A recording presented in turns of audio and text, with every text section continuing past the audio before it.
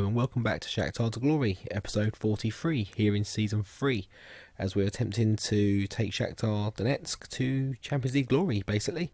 Obviously, if you've caught up with previous episodes, we got to the semi-final last time out against Porto, and then last episode we lost our opening game to Inter Milan away, 4-3, so quite a bit of a thriller, goals galore.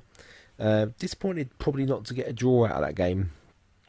I think a draw would probably been a fair result, but we come across Mauro Icardi, who is just on fire. What we've got today is a game against Fenerbahce, who lost to Atletico Madrid. So we've got the top two playing each other, and we need to make sure we win this battle today and try and put ourselves on the board. Hopefully Atletico and Inter can maybe draw, or maybe if one of them can just steam away a little bit. I see enough there that we could probably get something out of Inter Milan.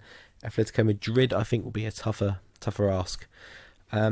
What have we done since last week? Since the last episode, we've played the two league games. We drew the first one against Zerka away from home. It's a completely rotated team, and we went 1-0 down. We weren't playing well at that point at all, so it wasn't. I wouldn't say it was warranted, because at the end of the game they still only had one shot on target out of 6, and that was their goal. And we pretty much went up straight back up the other end and scored a goal, but it was ruled out for offside. I think it was FM2018. We got a red card not too long after that. It was about 10 minutes after the goal. And then we had another goal disallowed in the second half, which is disappointing, but we started playing a lot better. Got a lot of shots, a lot of highlights. We went on to overload. We were playing really attacking football, and we were having more chances with 10 men than we were with 11. It was ridiculous. I mean, I think they got their goal and we just sort of shut up shop, really. It was just up to us to try and break them down and get something out of it. But we brought Buake on. We brought, I think, 3 subs on pretty much at the same time, about 20 minutes to go. And Buake come on, and he got a vital last-minute goal. 80... What minute was it? 89th minute. We still had another chance to win the game as well after that, but we didn't take it, unfortunately. I just want to mention, I think I noticed something in the news story about the Inter Milan game. We only had something like 189 fans go in a 66,000 attendance. I mean, I know it's a long way away, but I'd expect in the reverse leg to see a lot more Inter fans at our ground. So our travelling support not there in Europe. But the next game was Alexandria. See, now what doesn't make sense is Zerka, I don't think they're doing too badly. Okay, they're not doing great.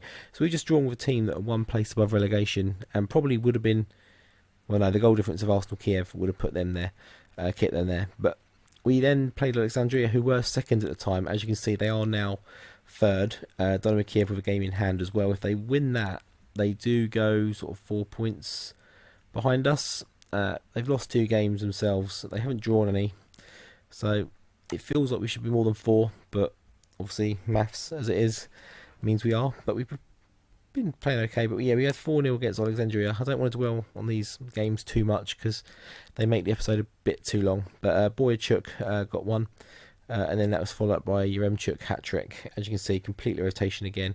I had to bring Leo in because obviously Matvienko got sent off in the last game, so was suspended.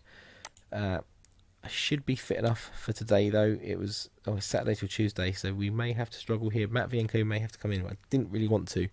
Leo is very much the first choice, but we'll jump him. Our form is inconsistent because we've lost to Inter and drawn a league game. Yeah, very inconsistent. So we're going to go with Butko's going to come back in at right back. Leo's in at left back. He should be okay. We've got Rakitsky and Krivitsov, I think, going to play there today. Yeah, it's Rakitsky who's actually struggling this season. So we'll bring in Ordets. We've got Malashev in centre midfield, defensive midfield. We've got Fred and Mateus Fernandez. And I've stuck Rodrigo on the left wing as the inside forward. I think I don't trust Konoplyanka. He's got a bench place, Konoplyanka, but chances of me bringing him on very low. I wanted to incorporate Buake, so he's playing on the wing. If I need to, I can switch him up front.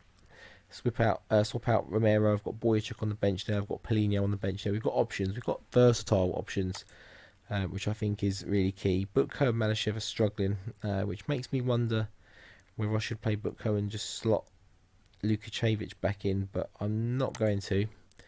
Butko, I think, is still number one right back, and when he's fit, he will play. I do still think it is a bit of a weakness in the team. So we look at who they've got. Still got Martin Skirtle, he must be getting on a bit now, 34. Valbuena must be about 34, 35, 35. Giuliano, okay, I remember him playing for Zenit, I think, yeah. He was the cheap Pele on FIFA for, I think it was last year's game. There's a German player there, I think. He's Russian, okay. Demirel still there. Was he still there? Or was he? Yeah, he's still there. He's been there for donkey's years. Souza, I don't know. Is he Brazilian? Yeah, I don't know who he is. He's been there a while. And Bahibak is French, Cameroon. Where's he come from? PSG. He did well for the reserves last year, but I mean, it is the reserves. Not much there to. It's not too much there to concern ourselves with, I don't think. I think we should have this game. You can probably hear in the background my daughter's just woken up, but I'm sure my wife will take care of that while I'm finishing off this game. Right to left in our orange kit, Fenerbahce in the green and yellow. Very much the sort of Cameroon colours themselves. As we mentioned, they got Bahi back up front. Again, pronunciation probably miles off, but we'll stick with that. And Atletico Madrid got off to a flyer and gone straight 1-0 up against Inter Milan.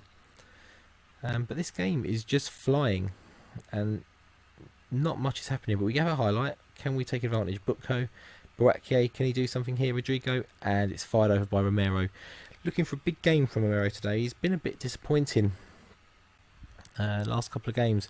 He's played in the league, he has played in Champions League, and he's just been a little bit off the boil this season. And it falls to Gvitz off, and we take the lead. I don't care where it comes from. You know, Romero can have stinkers as long as we're winning and scoring, as long as he's involved. But he's just not getting amongst the goals quite so much. Vizeo is out as well, so he's probably, I say my second choice. Boakye should be. I mean, he is a man with goals. He's a man in form. He got the assist there as well, of course. But Valbuena, not got the pace, but he's still got the set piece delivery, I would imagine. But we do have a chance to counter here in Leo. If he can switch it, Romero, can he? Not the best ball, but it's put in again. We had an opportunity then to really make something happen, but it was just a couple of poor passes that just halted the play. But there he is. You can't count him out of a game, Romero. I was just, putting him down a moment ago, saying he's having a bit of a, I mean, by his standards, a bad season. He's still got a couple of goals, I think. But by his standards, he's just been a bit off the boil. But he pops up with a vital goal, and that's a great instinctive poacher's finish. And he runs off in celebration. So we're 2-0 up here. What we really need is not just to win. If we can win with some style and get a few goals, just to peg that goal difference back a bit, because it could prove vital. And we got Romero's there. Can he get through? No, he can't quite make it. And it looks like we're going to get just a half time here at 2-0. I think Atletico are still winning. Yes, they are. Fernandez can have a pop. Oh, he does, and he nearly goes close, but the highlight ends. And we are playing really well here. Oh, and Inter have equalised right before half time. That is a big, big goal in the context of the group. I mean, it's only 2 games in, but that is a big, big. Okay, we'll go with that, and we'll go out for the second half. We've only got the 1 yellow card, I think, here. We got 2, Butko and Malishev. And if we can, I'm tempted to here switch out a defensive midfielder for an attacking midfielder, but we're playing quite well. I don't think we need to change too much. They've just lost their striker. They haven't got any natural strikers, really. Can we get the ball back here? We don't want to lose a goal. Oh, we nearly do. Yeah, but they are playing. They're playing a defensive now. So, do we go on the front foot? And Atletico Madrid have taken the lead. You can see just across the top there again. Malishev is on a yellow card. We've got Oya, can play in that role. He can play as a advanced playmaker on support. We'll drop him down to a, what can he play? Box to box on support. and we'll bring Tankovsky in there for that, just to get the yellow card out of the way. We're going to bring Buratke off for Paulinho, I think, as well. Yeah, I was half tempted to take Romero off, but he's actually playing quite well, so I don't really want to upset the apple cart by doing so. So we made our 3 subs with sort of 15 minutes to go. Just a last push to try and get another goal here. Apart from a draw in the other game, I guess the best result is for Atletico to be winning. Because if they can push away, it's just a battle for second. And I think we can. We've got a home game against Inter to try and repair the damage, and we get a 3rd goal. Fred finally gets a goal. What a great goal that is! We're going to watch that in the 3D. It goes to Oya, I think here. Yeah, it does. He just rolls it to the edge of the box, and first time strike by Fred, and it just daisy cutter into the bottom corner, and the keeper's got no chance. 3-0 at home against Fenerbahce. I think yeah, it's not bad. I think it's a good way to bounce back after that first game. If we can just drag another one out here, that doesn't look like we're going to be able to. I think it's just going to end there. And Inter have equalised very late doors. I'm not sure if I do prefer a draw. I wonder if the better result is Atletico to just try and drag it away, but what this does is it gives us a chance to take the first position in the group. It keeps it a bit tighter, a bit opener. Romero with a 4th goal, 4-0. That is big. That is big. So Oya, he has been instrumental since he come on. He's played that pass, so he's got the ball. And although it isn't the key assist, what a finish that is. He's involved. And 4-0. It's a great way to bounce back. Can we make it 5? I don't think so. Nope. Ends with a throw-in. And what a great performance that was there. Fred with the man of the match. 2 goals for Romero. And what a way to bounce back after that. Well, that disappointing first game. I mean, we didn't play badly in that first game. We'll praise them with some passion there. So, let's see how that leaves the group. We are 3rd. 3 points. Fenerbahce look like they're fading away. They do look, to a degree, they're going to be the whipping boys of this group. Obviously, we still got to go to Turkey, which is no mean feat, is it?